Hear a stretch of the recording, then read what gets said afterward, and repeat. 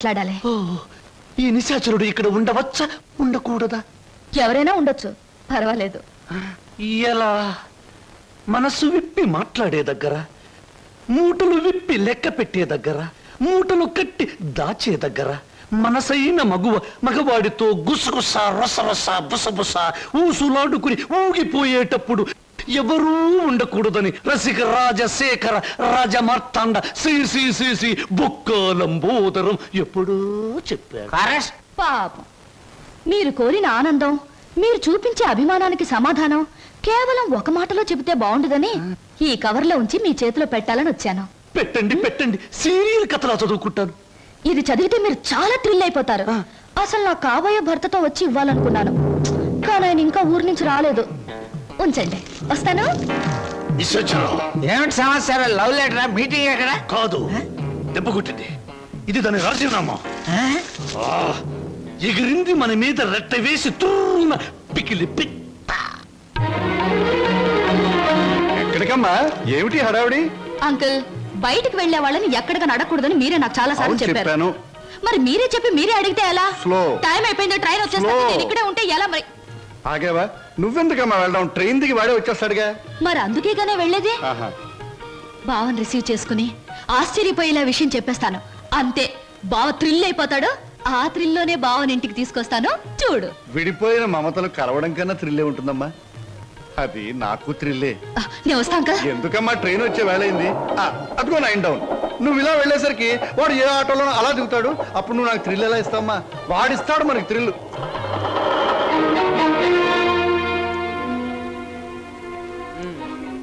పెళ్ళయ్యాక ఎలాగో తప్పదు, ఇప్పటి నుంచే మోయిస్తే ఎలా?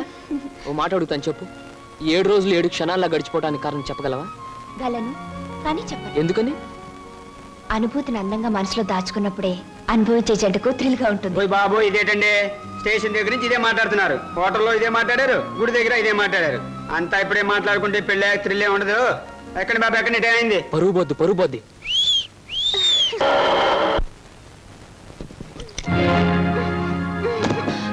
అక్క, ఏమిటిది? నువ్వు వెళ్ళిపో. నువ్వు ఇక్కడి నుంచి ఏం జరిగింది తర్వాత చెప్తాను. ముందు నువ్వు ఇక్కడి నుంచి వెళ్ళిపో.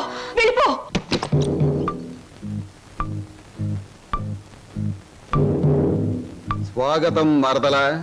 నన్ను జైలుకు పంపించి నీ ప్రియుడితో కొలవటానికి వెళ్ళావు. నీ కోసం వారం రోజులు ఎదురు చూస్తున్నాను. ఏమిటి మాట్లాడేది? అర్థం కాలేదా? నేను తెచ్చిన సంబంధాలు ఎందుకు వద్దంటున్నావు? నీ పాతివత్యం ఏ పాడితో నాకు ఇప్పటికి అర్థమైంది.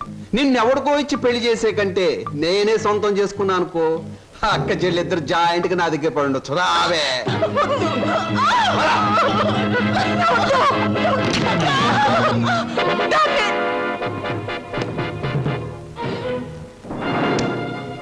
వదులు, నిన్నే వదులు.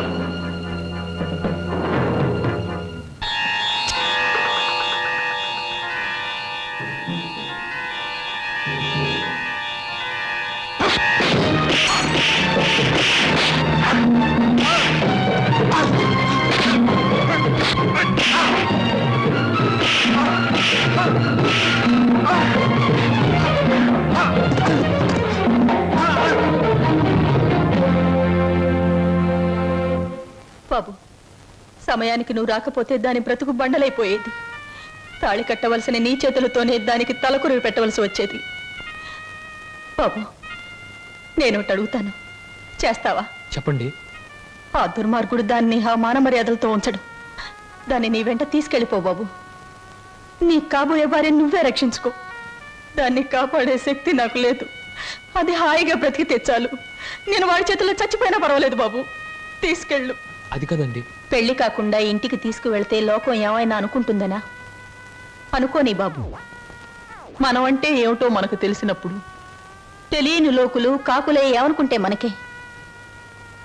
తల్లి తండ్రి ఈ నీ కాళ్ళు కడిగి కన్యాదానం చేసి నీ చేతుల్లో పెట్టలేకపోయినా కనీసం ఈరోజు నా చేతుల మీదుగా నీకు అప్పగించగలుగుతున్నాను. తీసుకువెళ్ళు బాబు. సరే.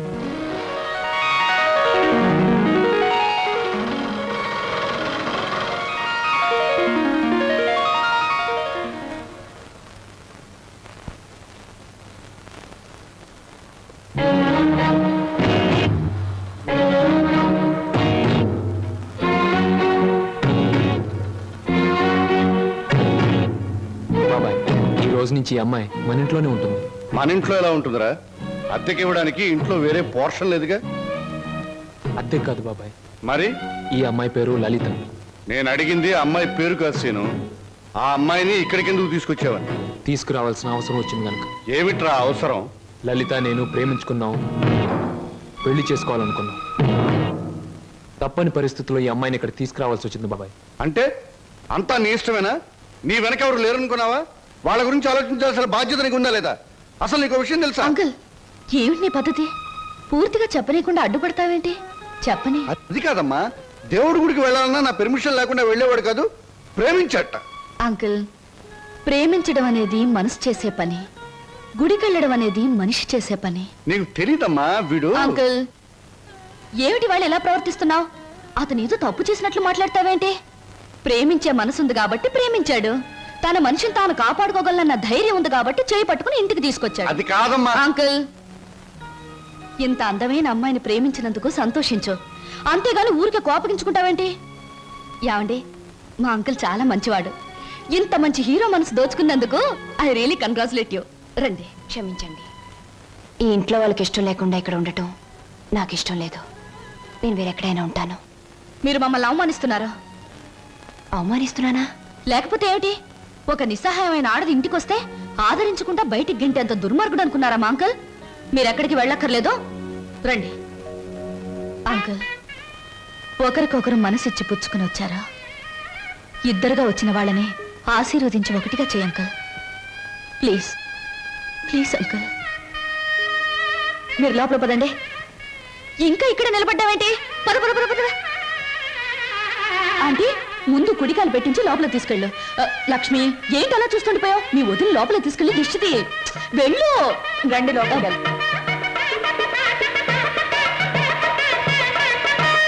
ఏమిటమ్మా, ఏమిటి నువ్వు చేసింది? ఇప్పటికైనా చేయి దాటిపోలేదు. వాడికి నిజం చెప్పే, లేకపోతే నేను చెప్తాను. వద్దంక, ముందుగానే స్టేషన్కి వెళ్ళుంటే అక్కడే నిజం చెప్పేదాన్నేమో. ఇప్పుడు బావ పక్కన అమ్మాయిని చూసి కూడా నిజం చెప్పడం వాళ్ళని విడతీయడానికేగా అంకుల్. అమ్మా. అంకుల్, కృష్ణాష్టమి రోజున మన ఇంట్లో మంచి జరుగుతుందని నువ్వే కదా నాతో చెప్పావు. నాకు మంచి జరుగుతుందని నువ్వు అనుకున్నావు, బావకు మంచి జరుగుతుందని నేను అనుకున్నాను. నేను మరోసారి ట్రైన్ మిస్ అయ్యాను, అంతే. బాధపడకు అంకుల్, రేపు కృష్ణాష్టమి రోజు అదిరిపోవాలి. వస్తాను.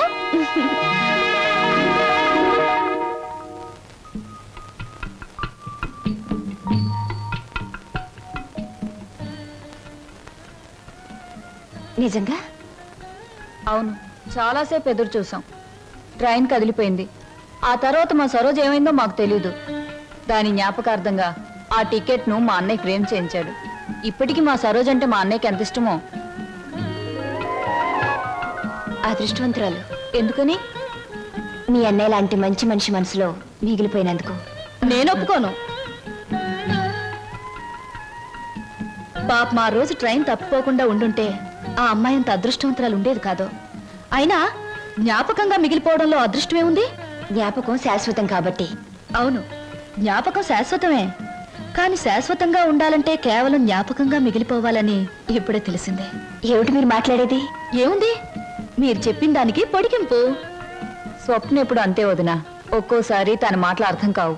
ఏ, నేను తెలుగులోనే మాట్లాడతానే. తెలుగులో కాదు, తెలివిగా మాట్లాడుతావు, అందుకనే నాకేం అర్థం కావు. అరే, ఇదేమిటి ఇలా వేశారు? అందరూ కృష్ణుడు లోపలికి రావాలని బయట నుంచి పాదాలు ఇంట్లోకి వేస్తారు. మీరు మీ ఇంట్లోంచి బయటికి వేశారేమిటి? అవును, అందరిది స్వార్థం. కృష్ణుడు వాళ్ళ ఇంట్లోకి రావాలని. అంటే కృష్ణుడు వాళ్ళ ఇంట్లో లేడన్నమాటేగా. కానీ నా ఇంట్లో మనసులో కృష్ణుడు ఎప్పుడు ఉంటాడు. అతనికి నచ్చజెప్పి ఎప్పుడు నా దగ్గరే ఉంటాయలా? అందరి దగ్గరికి వెళ్ళు అని పాదాలు బయటికి వేశాను. అవి మీరు వేసిన పాదాలతో కలిపాను. అంటే కృష్ణుడు నా ఇంట్లోంచి మీ ఇంట్లోకి వస్తున్నాడనమాట. చాలా చక్కగా మాట్లాడుతున్నారే మీరు. ఎక్కడ నేర్చుకున్నారు? జీవితం అనే స్కూల్లో దురదృష్టం అనే మాస్టారు పరిస్థితులనే బెత్తంతో బాధి మరీ నేర్పారు. నాకు చాలా పరిస్థితులు వచ్చాయి, కానీ మీలా నవ్వుతూ మాట్లాడే ధైర్యం రాలేదు. మీ మాస్టర్ పేరు అదృష్టం, మా మాస్టర్ పేరు చెప్పానుగా దురదృష్టం. సంవత్సరాలు నేను చెప్తున్నాను. ఇదిగో ఆ చెట్లకి చెప్తే అవన్న మన పెళ్లి చేసిన పెంట్ల పేరయ్యా. ఇదిగో ఈ రోజుతో మన పెళ్లి విషయం తేల్చకపోతే రేపటి నుంచి నీకు కనపడను కర్రీ కనకయ్య. అగో, ఈ రోజే మీ అన్నయ్య కనబడితే మీ అన్నయ్య, మా నాన్న కనబడితే మా నాన్న, ఎవరు కనబడితే వాళ్ళకి ఈ విషయం చెప్పి నీ మెళ్ళలో 6 ముళ్ళు వేస్తాను. ఆరా? నీకు 3, నాకు 3. అదా ఆటో, ఈ ఆటోలో వెళ్ళి ఇదే ఆటోలో వెళ్ళి మీ అన్నయ్య ఎక్కడున్నాడో వెతికి పట్టుకుని ఆయనతో మీ చెల్లిని ప్రేమించాను, నేను పెళ్లి చేసుకుంటాను, మీరు ఒప్పుకోకపోతే నేను ఒప్పుకోను అంటాను. అప్పుడు ఆయన ఏమంటారు? నీ ఇంటి అడ్రస్ ఎక్కడా అని అడుగుతారు. నిజమేనయ్యా, వాళ్ళిద్దరూ కలిసి తిరిగారు, ప్రేమించుకున్నారు. నేనేమీ కాదంటలేదు. మీ చెల్లెల్ని ఇంటి కోడలుగా చేసుకోవడానికి కూడా నాకేమీ అభ్యంతరం లేదు. కాకపోతే ఇంటికో అంతస్తుంది, దానికో అభ్యంతరం ఉంది. అది ఒప్పుకోదు. మీ అంతస్తుని ఎగిరందుకోవాలన్న దురాశ నాకు లేదు సార్. కానీ పెళ్లి చేయటానికి ఒప్పుకోను మీ అంతస్తు మీ అబ్బాయితో కలిసి తిరిగిన నా చెల్లెల జీవితానికి ఏ సమాధానం చెప్తుంది సార్? Good, very good. ఈ ఒక్క మాట నిన్ను నా అంతస్తుతో సమానం చేసింది. You are correct. అంతేకాదు సార్, మానవత్వం మంచితనమే అంతస్తు అయితే నాకు చాలా గొప్ప అంతస్తు ఉంది సార్. తన యజమాని కోసం ప్రాణాలు అర్పించిన గొప్పవాడు నా తండ్రి. అవును సార్, భూమి తగాదాల్లో యజమాన్ని కాపాడడం కోసం మా నాన్న చనిపోకుండా ఉంటే నా చెల్లెలు పెళ్లి విషయం మాట్లాడడానికి మా నాన్నే వచ్చేవాడు. ఇంతకీ మీ దేవురు? రామాపురం సార్. మీ అమ్మ నాన్న పేరేమిటి? మా నాన్న పేరు రామయ్య, మా అమ్మ పేరు జానకమ్మ. నువ్వు రామయ్య కొడుకువా? అవునండి. మా నాన్న మీకు తెలుసా సార్? తెలుసు. ఆనాడు మీ నాన్న తన ప్రాణాలనిచ్చి రక్షించింది ఎవరినో కాదు, నన్నే. మీరు శ్రీధర్రావు గారా? అవును బాబు. అవును, మీ మావయ్య నువ్వేదో ఇంజనీరింగ్ చదువుతున్నావన్నాడు. ఈ ఆటో, ఈ డ్రెస్సు అంత అబద్ధం సార్. మీ దగ్గర నుంచి డబ్బు తీసుకొని మమ్మల్ని అమ్మబోయాడు. మేము భయపడి పట్నం పారిపోయి వచ్చేసాం. మిమ్మల్ని చదివిస్తున్నా నా నాగయ్య ఇప్పటికీ నా దగ్గర డబ్బు తీసుకెడుతూనే ఉన్నాడు. ఏమిటి, ఇంకా వస్తున్నాడా? All right. ఇటువంటి సంతోష సమయంలో వాడి పేరెందుకు తలుచుకోవటం బాబు. ఆనాడు మీ నాన్న నా కోసం చిందించిన రక్తానికి బదులు ఎలా తీర్చుకోవాలా అని ఈనాడు నాకు అర్థం కాలేదు. ఇప్పుడు అర్థమైంది. ఆ రక్తానికి బదులు నీ రక్తపాశాన్ని మా ఇంటి కోడలుగా చేసుకుంటాను. Thank you sir, thank you very much. విన్నావా వదిన? మా మావయ్య చిన్నప్పుడు మమ్మల్ని నానా బాధలు పెట్టి మమ్మల్ని అమ్మటానికి చూసిందే కాకుండా వాళ్ళ దగ్గర మమ్మల్ని ఇంకా చదివిస్తున్నానని చెప్పి డబ్బులు గుంజుతున్నాడట. ఎంత దుర్మార్గుడో. మా బావని మీ మావయ్యని దుర్మార్గులంటే సరిపోదు లక్ష్మి. ఏదైనా కొత్త పేరు పెట్టి పిలవాలి. ఇప్పుడు గాని సరోజ ఉండి దానికి ఈ విషయం తెలుసుంటే ఎంత బాధపడుండేదో తెలుసా? మోజు పడ్డదాన్ని ఇంట్లో పెట్టుకున్నాడు, ఇష్టపడ్డదాన్ని ఇంట్లోనే ఇంకో పక్కన ఉంచుకున్నాడు. నారీ నారీ నడుమ మురారీలాగా వాడు చెరువు పక్కన వైప్ చేస్తుంటే నా గుండె రగిలిపోతుంది. ఏమిట్రా ఇంగ్లీషులో మాట్లాడుతున్నా? ఇంకెవరు? ఏం సమాచారం? ఎగిరిపోయిన లకుపికి బిడ్డ వచ్చింది. కమీన్, లోపలికి రావచ్చా అని స్త్రీలు అడగకూడదు, డైరెక్ట్ గా వచ్చేయడమే. నా తలుపులు స్త్రీల కోసం ఎప్పుడూ తెరిచి ఉంటాయి. Thank you. నాకు చిన్న సహాయం కావాలి. సాయమా? నిశాచరా, చెప్పండి. నాకు కొంచెం డబ్బు కావాలి. ఓ, కొంచెం ఏమిటి, ఎంతైనా ఇస్తాను. 1000, లక్షలు, కోట్లు. నాకు లక్షలు కోట్లు అక్కర్లేదు. ఓ 50,000 చాలు. 50? అవమానం, తీరని అవమానం. నాకు లక్షలు కోట్లు ఇవ్వడమే తప్ప 1000 ఇవ్వను. ఓ చిన్న రిక్వెస్ట్. నేను ఇక్కడ ఉద్యోగం మానేసి వెళ్ళిపోయాను. మీరు తిరిగి ఆ ఉద్యోగం నాకు ఇచ్చి ఈ 50,000 అప్పు తీర్చుకునే అవకాశం ఇస్తేనే నేను తీసుకుంటాను. ఇదిగో 50,000. దీనికంటే ఎక్కువ 10 రెట్లు ఇస్తాను. నీ ఇష్టం వచ్చిన పద్ధతిలో, నీ ఇష్టం వచ్చిన పద్ధతిలో తీర్చుకో. తీసుకో. ఈ డబ్బు నా పద్ధతిలోనే తీరుస్తాను. హాయ్, ఏమిటి నిరీక్షణ? ఎవరి కోసం? అమ్మయ్యా, వచ్చేసారా? టైంకి రారేమో అనుకున్నాను. పదండి పదండి. ఏమిటి కంగారు? ఎక్కడికి? పదండి పదండి. రాజ్ కమల్ టాకీస్ లో లవ్ స్టోరీ సినిమాకి టికెట్లు తెప్పించారు. అత్తగారు అందరూ వెళ్ళిపోయారు. మీరు రాగానే మీతో పాటు వచ్చేసేమన్నారు. ఇవిగో టికెట్లు. అలాగా, పద పద. ఇంట్లో ఎవ్వరూ లేరు. పైన వెన్నెల, పక్కన నువ్వు. పిచ్చిదానా, లవ్ స్టోరీ థియేటర్ లోనే చూడక్కర్లేదు. మరి కమేన్. ఎవరమ్మా నువ్వు? నేను మీ దగ్గరికి వస్తాడే నాగయ్యని, అతని కూతుర్ని. నువ్వు నాగయ్య కూతురువా?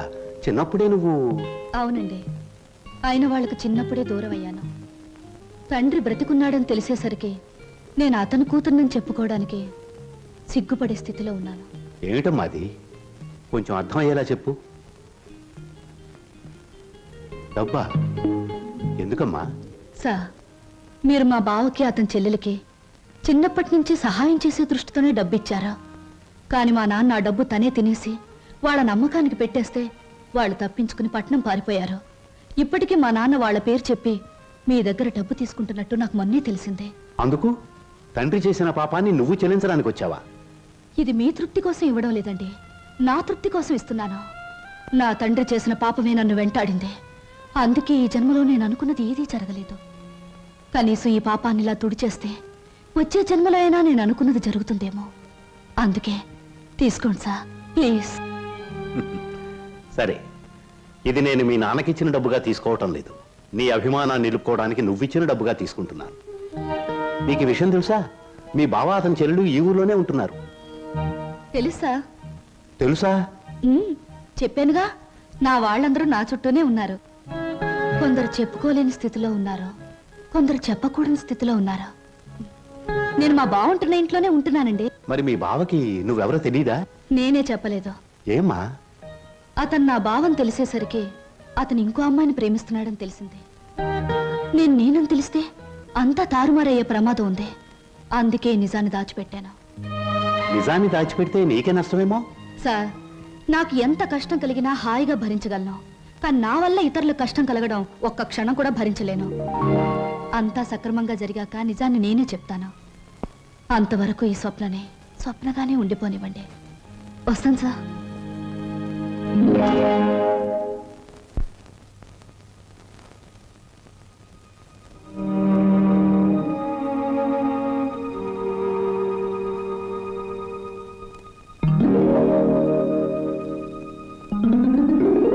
హలో, ఏమిటి ఇలా వచ్చారు? కూర్చోండి. ఇప్పుడే తలకు స్నానం చేశాను. పెద్ద బరువు దిగిపోయినట్టుంది. తలస్నానం చేస్తే తల బరువు దిగిపోతుంది, మరి మనసులో బరువు మర్చిపోతే మాయమైపోతుంది. మర్చిపోవడం బాధ్యత గల మనసు లక్షణం కాదు. మర్చిపోమన్నది బాధ్యతని కాదు, బరువుని. కూర్చోండి. సారీ, కూర్చునే మనస్థిమితం లేదు. ఏ కూర్చోలేనంత కష్టమే వచ్చింది మీకు? కొంపతీసి హీరోతో గాని పోట్లాడారా, లేక హీరో గారు మీతో పోట్లాడారా? ఓ చిన్న కథ చెప్తాను, ముగింపేమిటో చెప్తారా? ముగింపు లేని కథ అయితే అలాగే చెప్తాను. అనగనగా ఓ గోరింక, దాన్ని మనస్ఫూర్తిగా ప్రేమించిన ఓ చిలకమ్మ. చిన్నప్పుడే ఆ చిలకమ్మ గోరింక ఒక తుఫాన్ వచ్చి విడిపోయాయి. గోరింక కోసం చిలకమ్మ వెతుకుతుంది, చిలకమ్మ కోసం గోరింక ఎదురు చూస్తుంది. దేశ దేశాలు తిరుగుతూ ఆ చిలకమ్మ చివరికి గోరింకున్న చెట్టు మీదే గూడు పెట్టుకుంది. అయినా గోరింక పట్టించుకోలేదు. పాపం, గోరింకకు ఆ విషయం తెలియదు. ఆమె కరెక్ట్. గోరింకకు ఆ విషయం తెలియదని మీకెలా తెలుసు? కొన్ని కథలకి ఎప్పుడు ఎక్కడ మలుపు తిరుగుతుందో సులువుగా చెప్పొచ్చు. నేను అడిగింది మలుపుల గురించి కాదు, ముగింపు గురించి. నేను ఆలోచించేది ముగింపు గురించి కాదు, అసలు కథ ఏమిటా అని. మీరెవరో, మీ కథ ఏమిటో తెలుసుకునే వచ్చాను.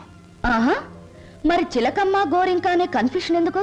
Come to the point. Srinivas మీ భావం తెలుసు కూడా అతనితో నిజం ఎందుకు చెప్పలేదు?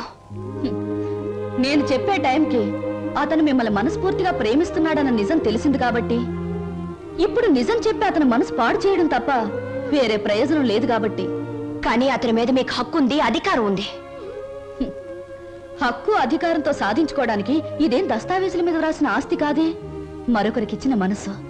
ప్రేమించడం అనేది రెండు మనసుల మధ్య, ఆ మనుషులకు కూడా తెలియకుండా జరిగిపోయే కళ్యాణం. ఈ కథకు ముగింపిదే. కాదు, వ్యక్తిత్వం అనే కలంలో మానవత్వం అనే సిరా పోసి ముగింపు ఇంకోలా నేను రాస్తాను. ఈ శుభలేఖ మీద నువ్వు రాసినట్టే ఇదే ముహూర్తానికి మీ ఇద్దరికీ పెళ్లి జరుగుతుంది.